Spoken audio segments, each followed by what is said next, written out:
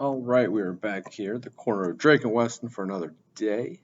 Let's go ahead and look at what we're doing today. Today, continuing on with Jay from yesterday, but don't forget about the images for bell work and get that turned into me.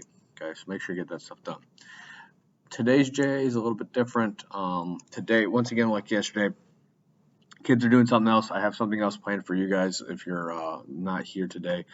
You're not going to be here the next couple days. I have something planned. If you're just going to miss the day, don't worry about it. To get bell work done and stuff like that. And then tomorrow, you guys will be in your partners and groups again to work on that. So today, if you're not going to be here for a while, you were supposed to do the finance kind of sim part the other day where you guys did the budgeting. I sent an email to some of you guys about what your job was. Hopefully, you got that stuff done. You're just doing the math and then turning that into me. So just email that back. Today, we're going to be buying a home and buying a car. So we have this document. All right, so once again, put your job title, put your name and all that kind of stuff. Okay, save it there. All right, so we're buying a house and a car. We're going to be using Realtor and Zillow and then using a car from online. I'll show you how to do this. I have it linked right here. You're going to try to find a house in Kendallville. All right, so if you're looking here, you're going to be trying to find a house. If it says contingent, it's not for sale. It's someone already put a bid on it. So you're looking for ones that are for sale. Using their job title, you're going to look at the cost, okay, and kind of figure out if it's in your budget. So yesterday, when you were doing the Word document, you should have had a budget, and that's what you're trying to try to follow. All right, you want to see how much does this house cost, and is it in your budget?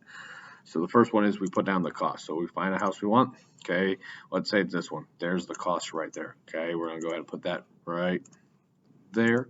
Okay, then just follow line 20%.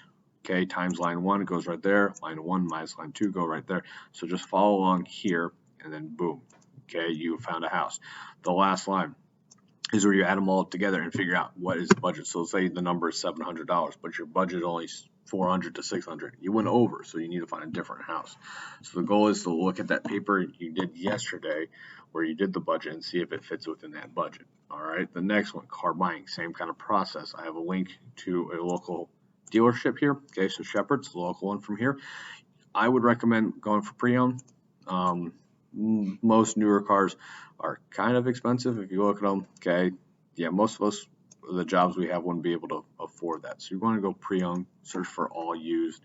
All right, and then you're just trying to find a car that can fit your budget.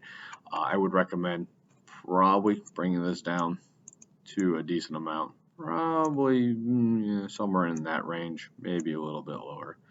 Okay, yeah, somewhere in here would be probably the range most of us would be doing with the jobs we have. So stay within this range. All right, so you look over there, it's 4,000 to 21,000.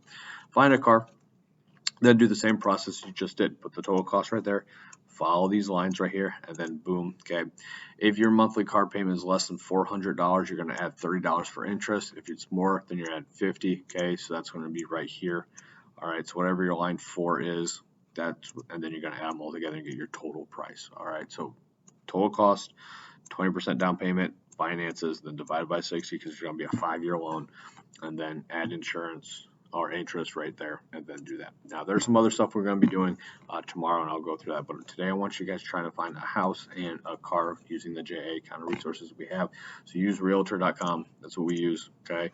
And then we also use Shepherd's. Okay, pretty simple. Make sure you guys are doing the right pricing, and then we can work on that tomorrow. If you have any questions about the yesterday or today's stuff, please let me know. Hit me up on Teams or email me. Other than that, have a good one.